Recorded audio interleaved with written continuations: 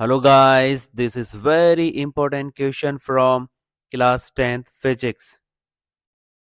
Why is a convex mirror used as a rear view mirror? Convex mirror को vehicle में rear view mirror के रूप में use किया जाता है।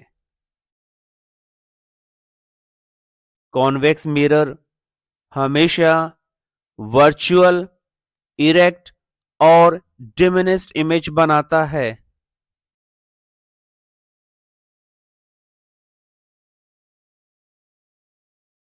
इसलिए पीछे की गाड़ियां मिरर में छोटी दिखाई देती हैं। इमेज छोटी होने से मिरर में पीछे का ज्यादा एरिया दिखाई देता है।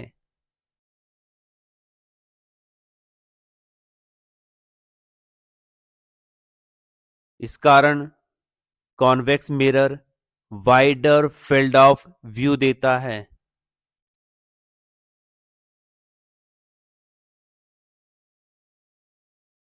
जिसकी वजह से ड्राइवर पीछे का ट्रैफिक साफ देख पाता है, जिससे सेफ ड्राइविंग होती है और एक्सीडेंट्स अवॉइड होते हैं।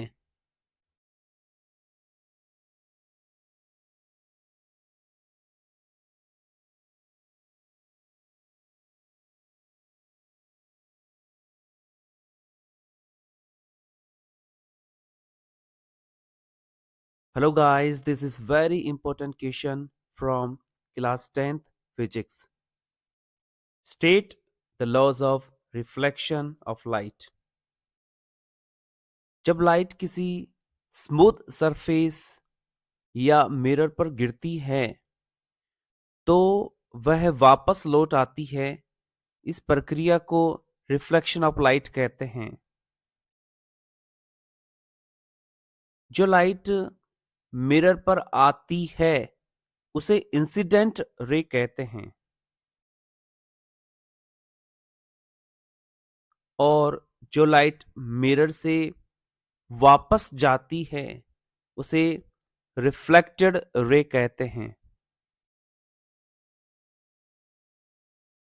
जिस बिंदु पर लाइट मिरर को छूती है, टच करती है, उस बिंदु पर मिरर पर एक इमेजिनरी परपेंडिकुलर लाइन खींची जाती है जिसे नॉर्मल कहते हैं।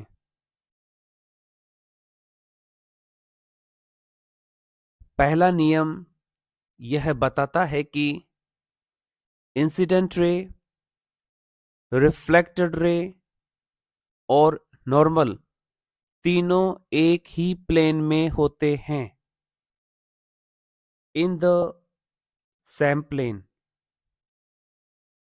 इसका मतलब है कि रिफ्लेक्शन किसी भी दिशा में नहीं होता बल्कि एक निश्चित नियम का पालन करता है। नॉर्मल और इंसिडेंट रे के बीच में बनने वाले कोण को एंगल ऑफ इंसिडेंस कहते हैं और नॉर्मल और रिफ्लेक्टेड रे के बीच में बनने वाले कोण को एंगल ऑफ रिफ्लेक्शन कहते हैं। और दूसरा नियम यह बताता है कि एंगल ऑफ इंसिडेंस हमेशा एंगल ऑफ रिफ्लेक्शन के बराबर होता है, इक्वल होता है।